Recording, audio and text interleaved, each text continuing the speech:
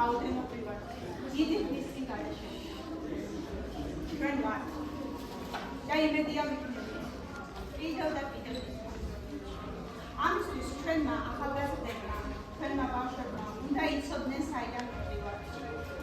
ვინ არიან ის გმირები, რომლებმაც გასწიეს თავიანთი ცხოვრება, თავიანთი სიყვარული, თავიანთი ოჯახი, სიმშვიდე და ბოლოს და ბოლოს შვილები გასწიეს იმისათვის, რომ ჩვენ დღეს სამშობლო ყოფილიყო, ჩვენი ქვეყანა დღეს ყოფილიყო და ქართველი ხალხი ისე ყოფილიყო.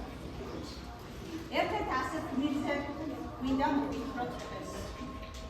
მე დარწმუნებული ვარ, ამ საოცარი ადამიანის ლექსები იცით თქვენ გაგიგონია. თითქმის არ მეგულება ამ დარბაზში არავინ ვინც არ იცის ლექსო ამოფრთხო მოხერო. დიდი ხნის განმავლობაში ხალხური ეგონას და აი ამ ხალხური რომ ეგონას შემოინახა ეს ლექსები ამ ამბავად. ახლა კი ვიცით ის ეკუთვნის ეს საოცარი სიტყვები, ლექსებად ნახადი სიტყვები. მიხა ხელაშვილის სიტყვებია ეს. 1921 წელს, როდესაც საბჭოთა რუსეთმა საქართველოს ოკუპაცია მოახდინა, იმ წუთშივე მაშინვე იწყება ბრძოლა თავისუფლებისთვის. ერთ-ერთი მეთაური გახდა ხახუცე ჩოლოყაშვილი. ყველას გაგიგონია თავი. მას ყავდა შეფიცულთა რაზმი, რომელშიც რაზმის შექმნისთანავე უხმო მიხას, რომ მასთან სასულიყო. მიხა ამ დროს 24-25 წლის ახალგაზრდა იყო. არც დაფიქრებულა. ახალგაზრდა, ახლად შექმნილი ოჯახი მიატოვა, იარაღი აიღო და ტყეში წავიდა ხახუცე ჩოლოყაშვილთან ერთად.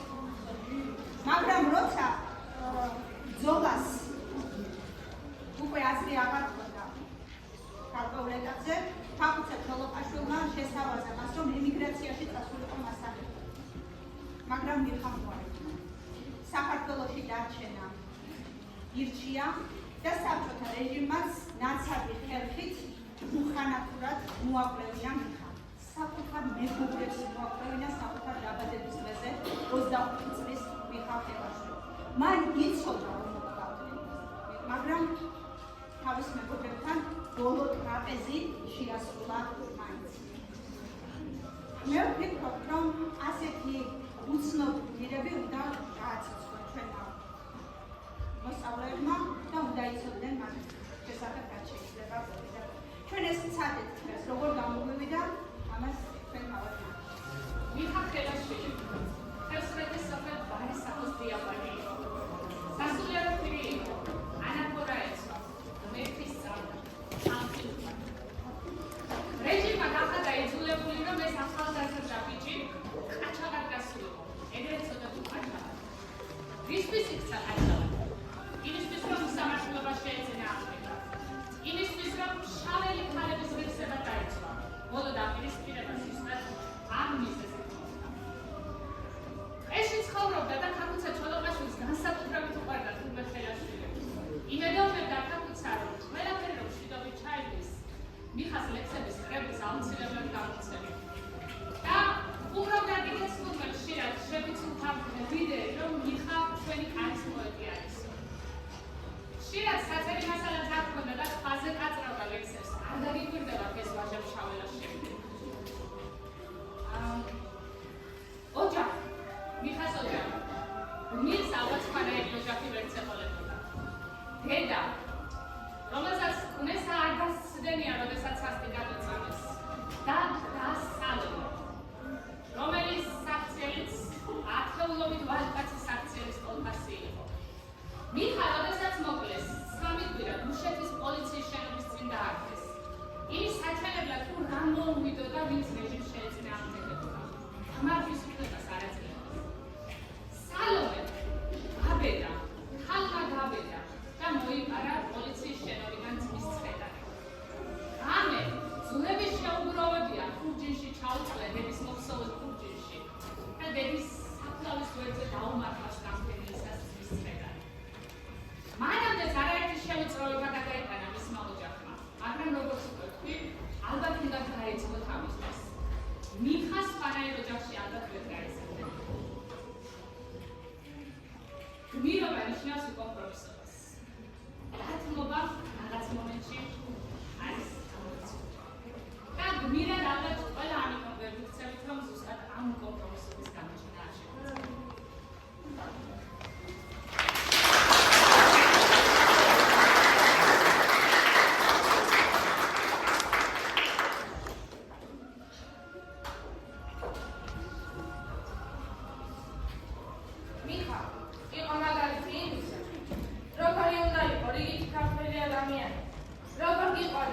ჭკალი, რომელმაც ვერ გაიმეტა სათვალო დასატოვება. მიხა იყო მაგალითი, თუ როგორ უნდა გვიყვარდეს ლექსიკით.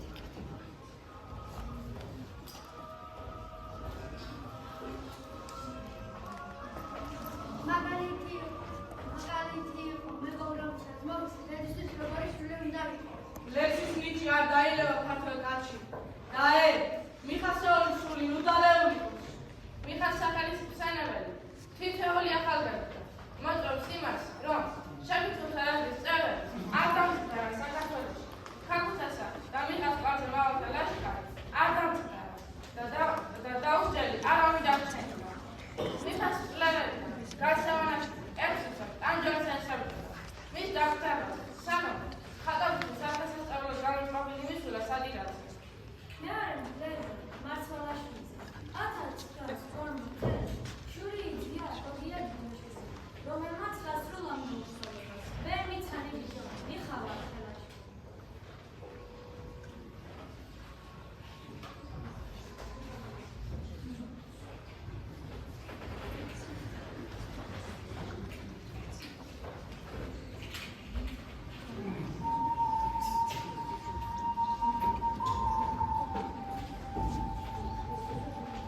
როდესაც აუთა ნაკოშკა მადლი დაეცა ღვთისაო, ყმანიშვა ნაწილიანი ხელმწიფე ლაშარისაო.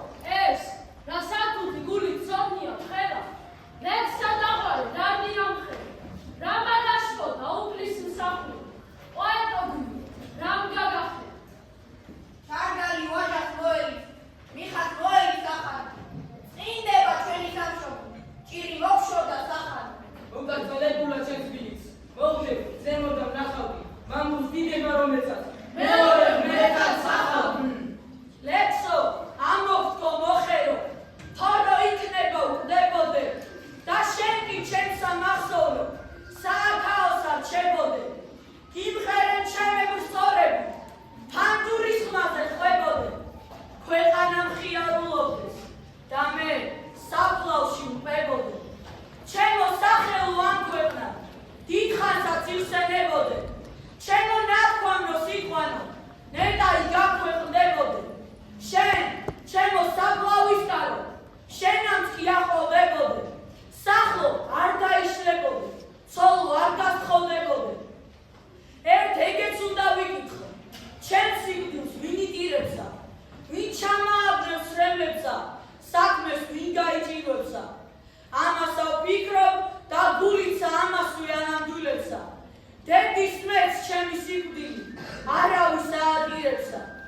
დედას უყვარვარ შვილები, დედა არ გვახსოვს შვილებსა. იმით აქ ტანჯავს გამჩენი, სულ მუდამ გვაცოდვილებსა.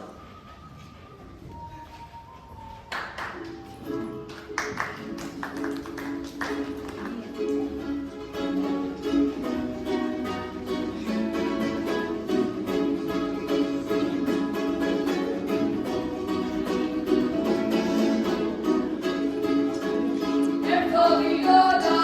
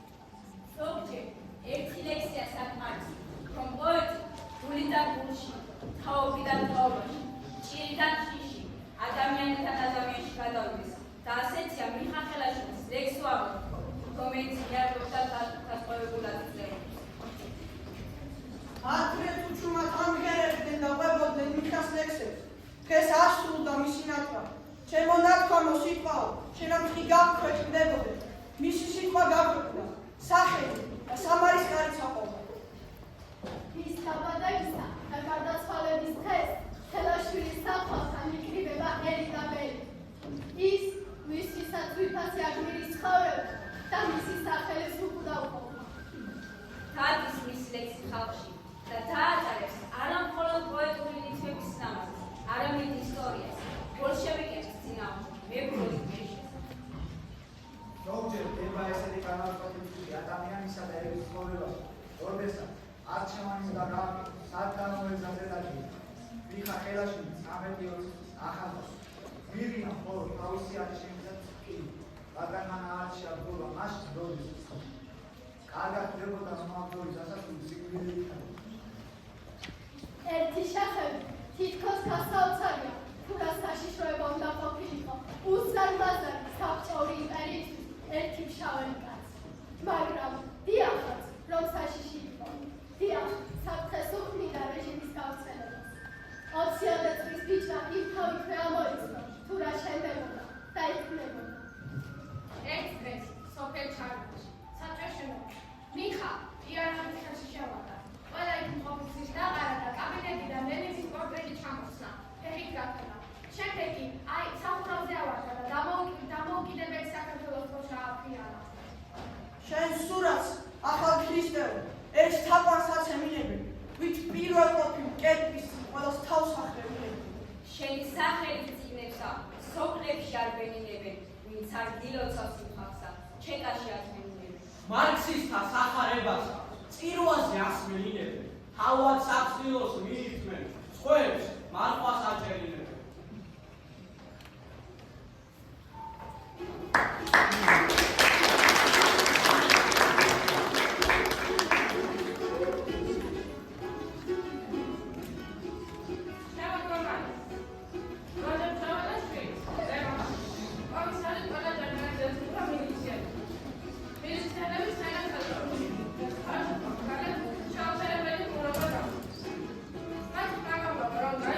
მიხა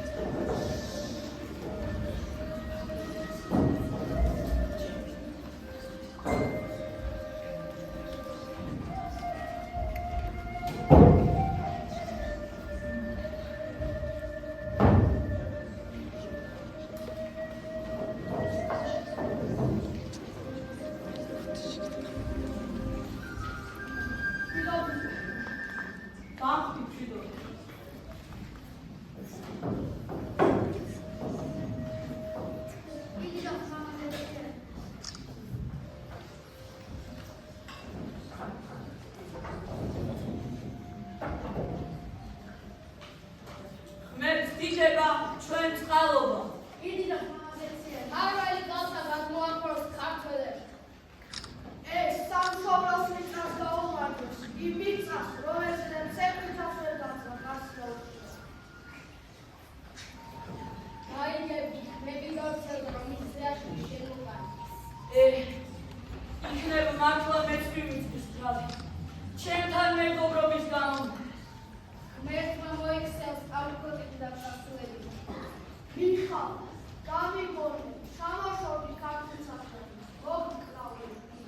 მე ამათ ჩემ სამშობლოს ვერ დავუდგე. ხალხო, ჩემი არ ესმის და იქნებ თქვენ ცხოვრ. არამხეს არ შეუერთდეს ამ ფილმს. მიხა გულ მოვდილი ნუ დააუგე შვილს და დევს საფიცარი ზეს ნუ გაუგე შავის ნუ გასწია უშენობის ეს ჩემი არჩევანია. მე მივდივარ. და თქვენ ძმებო მომიგონეთ როცა გმირების სახელს მოიხსენებთ.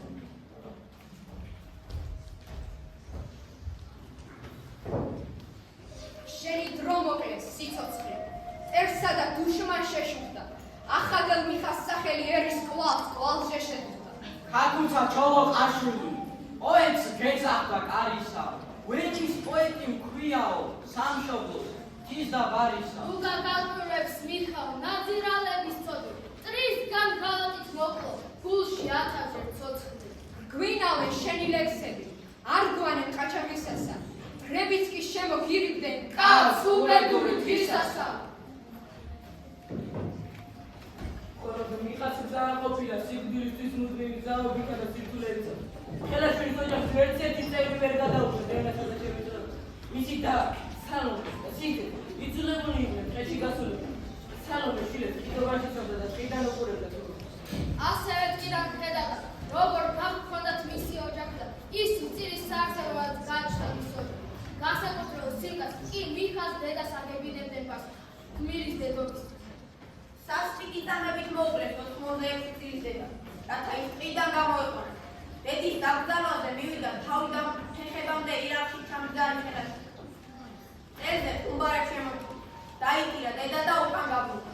სამოქალაქო ფორმაში ჩაცმული უამრავი პოლიციელი იყო იგი, თუმცა ერთ-ერთმა ვერ გაბედასწრო.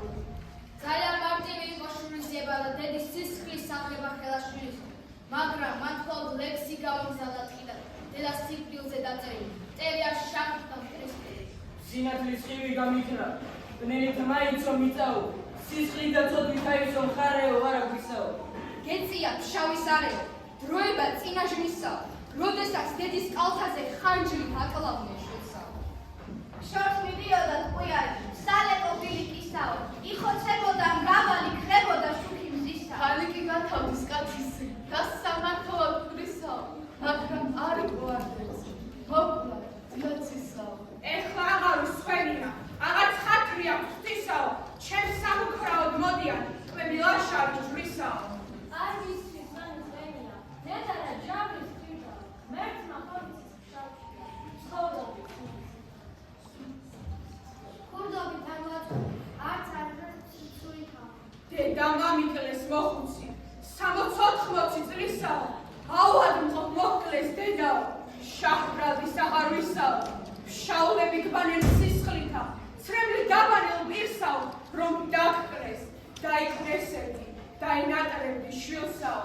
მაშინ სად ვიყავ თამკვდარი როცა შენ დაგიჭირდაო რად მინდა ქუდი თავზე და ან თობს რა დავზიდაო ან გავლა ვაშკად სურადა იმედ მაუზრისაო გამკლავსა თავის დედისას ცხვენოდეს ფშავი შვილსაო წერიც არ შამხდა მტრისფერი ყოფილვარ შავი დღისაო შინაურების დათობა არ ეკადრების გმისაო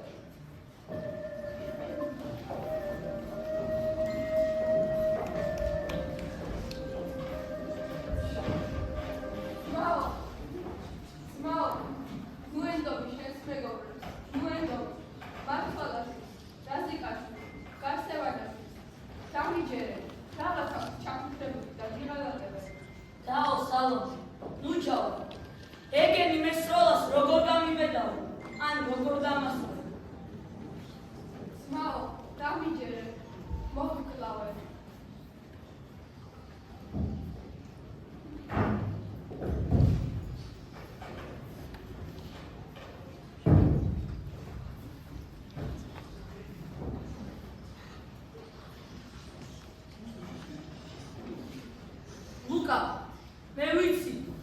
დავალებული გაქვს ჩემი სიკვდილი.